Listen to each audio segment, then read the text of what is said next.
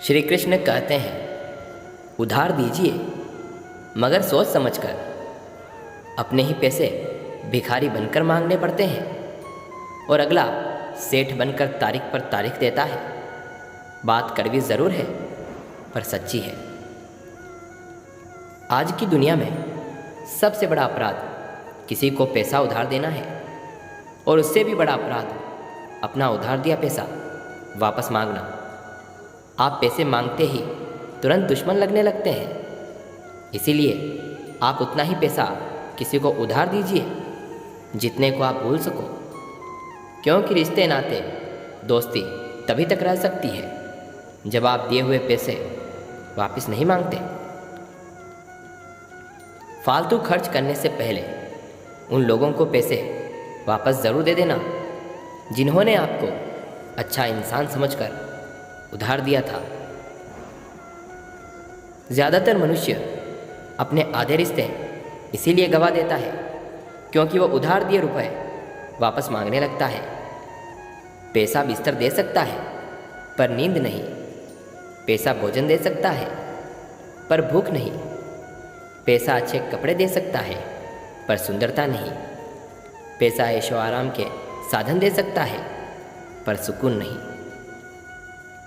श्री कृष्ण कहते हैं, मित्रता और रिश्तेदारी में उतने ही पैसे उधार दो जितने भूल जाने की औकात हो, वरना आप मित्र और रिश्तेदार दोनों को ही खो बैठेंगे। मनुष्य सोचता है कुछ करके दिखाऊं, पैसे आए तो, और पैसा कहता है तू करके दिखा, मैं फिर आता हूँ। रुपया कितना भी गिर जाए इतना कभी नहीं गिर सकता जितना रुपए के लिए इंसान गिर जाता है। अगर आप अच्छे हैं तो ज़रूरी नहीं कि आप ढेर सारे पैसे कमा सकें, पर आप अपने आसपास अच्छे लोगों को ज़रूर कमाते हैं और ये धन ऐसा है जो बड़े बड़े पैसे वालों को भी नसीब नहीं होता। एक वक्त की बात है, अदालत में रोते हुए व्यक्ति को देखकर एक सहृदय ने कारण जानना चाहा तो पता चला कि उसने बहुत पहले ही अपनी पुत्री के विवाह के लिए कर्ज ले लिया था। कर्ज समय पर चुका नहीं पाया तो ब्याज पर ब्याज बढ़ता गया और अब ब्याज इतना बढ़ गया है कि वो अपनी कमाई से भी उसे चुका नहीं पा रहा। ऐसे धनी जो दिया हुआ कर्ज माफ़ कर दें बहुत कम मिलते हैं। वह तो दुगने का कागज़ लिखवा कर हर ढंग से वसूल करने का भी प्रयास कर लेते हैं। वह कर्जदार तो अवधि बढ़ाने की फरियाद करने आया था, पर अदालत में भी कोई सुनवाई नहीं हुई क्योंकि मामला बहुत पुराना हो गया था। वह रोते हुए घर चला गया। उसकी पत्नी ने बताया कि डिग्री करने वाले कई व्यक्ति आए थे और दरवाज़ा घेरे काफ़ी देर तक खड़े रहे। तभी एक दयालु व्यक्ति ने आकर हमारा कर्ज चुका दिया और उन्हें विदा कर दिया। वो व्यक्ति ये समझ गया कि वो शायद वही व्यक्ति था जो मुझे अदालत में मिला था और जो मुझे रोता देख मेरे पास आया था।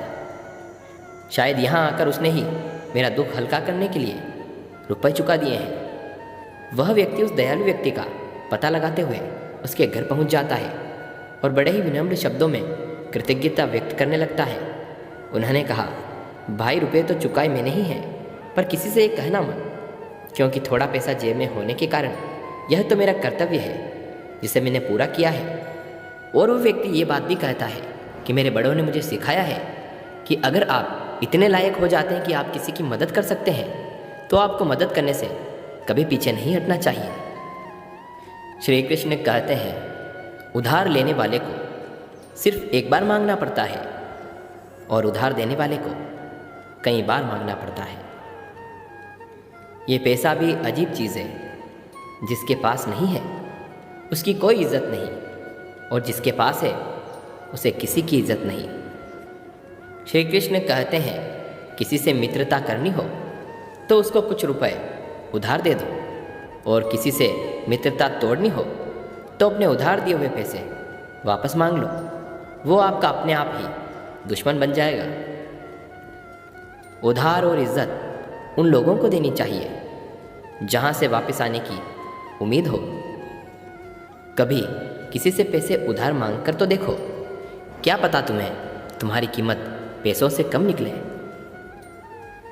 ये जो पैसों के लिए किसी को भी छोड़ देते हैं, याद रखना पैसा किसी का नहीं होता। केवल एकमात्र बैंक ही ऐसी जगह है जो तुम्हें पैसा उधार में दे देगी, अगर आप ये साबित कर दें कि आपको पैसे की ज़रूरत नहीं है। जो दूर से दिखता है असल में वैसा नहीं होता, जो चेहरे पर झलकता है अंदर से वैसा नहीं होता। हर चीज़ की अहमियत मत आंकिए पैसे से, दुनिया में हर चीज़ की कीमत पैसा नहीं होता। कर्ज लेना ही पड़े तो उसे अपना फर्ज समझकर जल्द से जल्द चुकाने की हमेशा नियत रखना। उधारी, शत्रुता और रोग को जितना जल्दी हो सके समाप्त कर देना चाहिए। श्री कृष्ण ने कहा है कि दुनिया में आज सबसे सुखी व्यक्ति वही है जो कर्जदार नहीं है। अच्छे और सच्चे रिश्ते न तो खरीदे जा सकते हैं न उधार लिए जा सकते हैं, इसीलिए उन लोगों को महत्व ज़रूर दें जो आपको महत्व देते हैं। बहुत पुराने समय की बात है, एक गांव में गंगाराम नाम का एक भला आदमी रहता था। गंगाराम बहुत भला आदमी था, हमेशा अपनी क्षमता की सीमाओं से भी बाहर जाकर लोगों की मदद करने का प्रयास करता था। गंगाराम के 3 पुत्र, 2 भाई और एक बेटी थी। एक दिन दुर्भाग्यवश भले आदमी गंगाराम का देहांत हो गया था। गंगाराम का अंतिम संस्कार करवाने उनके रिश्तेदार पहुँचे। पंडित ने रस्म पूरी की, अर्थी सजाई गई, गंगाराम को अर्थी पर लिटाया गया। पुत्रों और भाइयों ने अर्थी उठाई और आगे बढ़े। गंगाराम की बेटी यह दृश्य देख न पाई और वह ज़मीन पर लौट लौट कर रोने लगी। गंगाराम की अर्थी की अंतिम यात्रा कुछ दूर तक ही पहुंची थी कि एक बहुत बड़े सेठ ने उनका रास्ता रोक लिया। सेठ के साथ 2 लोग हाथों में बंदूक लिए खड़े थे। सेठ बोला, ये अर्थी यहाँ से आगे नहीं जाएगी। परिवारजनों ने सेठ से पूछा, क्या हुआ, आप ऐसा क्यों कह रहे हैं? सेठ ने जवाब दिया, आज से 1 माह पहले गंगाराम ने मुझसे 2 लाख रुपए का कर्ज लिया था। शर्त के अनुसार कर्ज की राशि ना लौटाने पर या तो उनकी ज़मीन मेरे नाम की जाएगी या फिर उनके परिवार वालों से कर्जा लिया जाएगा। तो फिर अब बताओ, आप लोगों में से कौन देगा कर्जा? अब तमाम लोग तमाशा देख रहे थे। तभी उनके तीनों बेटे ने कहा कि हम तुम्हारा कर्जा नहीं देंगे, हमारे पास इतना धन नहीं है कि हम आपको कर्जे की राशि दे सकें। पिताजी का कर्जा पिताजी ही जाने, वैसे भी अब तो वो इस दुनिया में रहे ही नहीं। अगर आपको उनकी अर्थी ले जानी है तो ले जाओ। गंगाराम के बेटों की इस तरह की बातें सुन वहाँ मौजूद सभी लोग उन्हें धिक्कारने लगे। इस तरह गंगाराम के बेटों ने कर्ज वापस करने के लिए तो अपने कदम पीछे हटा दिए। तभी गंगाराम के भाइयों ने भी कह दिया कि जब बेटे कर्जा नहीं दे रहे तो हम भला इनका कर्जा क्यों देंगे। अब गंगाराम की अर्थी को वहाँ रुके बहुत देर हो गई थी। तभी यह बात गंगाराम की एक बेटी तक पहुँच गई तो वह भागे भागे अपने पिताजी की अर्थी तक पहुँची। तभी उसने देखा कि अर्थी का एक पाँव बड़े सेठ ने पकड़ रखा था। ये देखते ही उसकी आंखों में आंसू आ गए। अपना सारा जेवर और जितने भी पैसे उसके पास थे उसने सब सेठ को दे दिए। वो अपने हाथ जोड़ते हुए बोली कि सेठ, अगर ये सब जेवर बेचकर भी आपका कर्जा पूरा ना हो तो मैं खुद मेहनत करके मजदूरी करके आपका कर्जा चुका दूंगी, मगर इस समय मेरे पिताजी की अंतिम यात्रा को मत रोकिए। तभी उस सेठ ने अर्थी का पाँव तुरंत छोड़ दिया और बोला, अरे नहीं नहीं बेटी, तुम्हें ये सब करने की कोई आवश्यकता नहीं, क्योंकि सच्चाई ये है कि मुझे एक समय में पैसों की बहुत ज़रूरत थी। मैं बहुत गरीब था। तब उस समय तुम्हारे पिता ने मुझे 10,000 रुपये देकर मेरी मदद की थी। गंगाराम बहुत भला आदमी था, उसने मुझसे 1 रुपया ब्याज तक नहीं मांगा था। वही पैसे मैं यहाँ देने आया था, लेकिन जब मुझे पता चला कि गंगाराम का देहांत हो गया तब मैंने ये सोचा कि ये पैसे मुझे किसे देने चाहिए। पैसे सही हाथों में कैसे दूँ, यह जानने के लिए मैंने ये सब नाटक रचा। तुम्हारी बातों और पिता के प्रति जिम्मेदारी को देखकर मैं समझ गया कि पैसों की असल हकदार तुम हो। इसीलिए अगर आप किसी दुखी इंसान की कठिन परिस्थितियों में पैसा उधार देकर मदद करते हैं तो वो इंसान आपके किए गए भले कार्य को कभी भूलता नहीं है। श्री कृष्ण कहते हैं, पैसा कभी बोलता नहीं है, मगर सबकी बोलती बंद जरूर कर देता है। पैसा वही भाषा बोलता है जो पूरी दुनिया समझती है। धन अच्छा सेवक है परंतु खराब स्वामी भी है।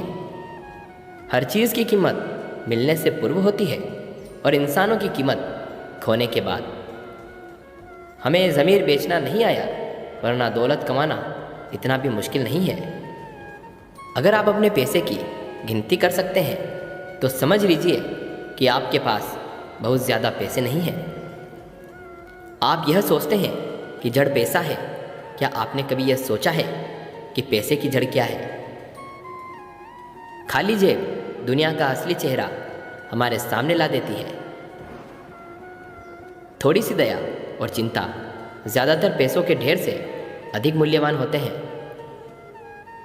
पैसे को छोड़कर दुनिया में हर चीज़ की सफलता के बारे में चिंता करने की आवश्यकता है। पैसा कमाना कोई बड़ी बात नहीं है, पर परिवार के साथ रोटी खाना बड़ी बात है।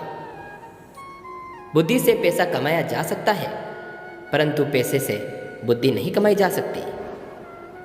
पैसे का होना डर लाता है और न होना दुख। जब कोई आदमी कहता है कि पैसा सब कुछ कर सकता है, तो साफ हो जाता है कि उसके पास बिल्कुल नहीं है। आज की इस वीडियो में इतना ही। जल्द मिलेंगे श्री कृष्ण के विचारों के साथ एक नए वीडियो में। तब तक के लिए धन्यवाद। जय श्री कृष्ण।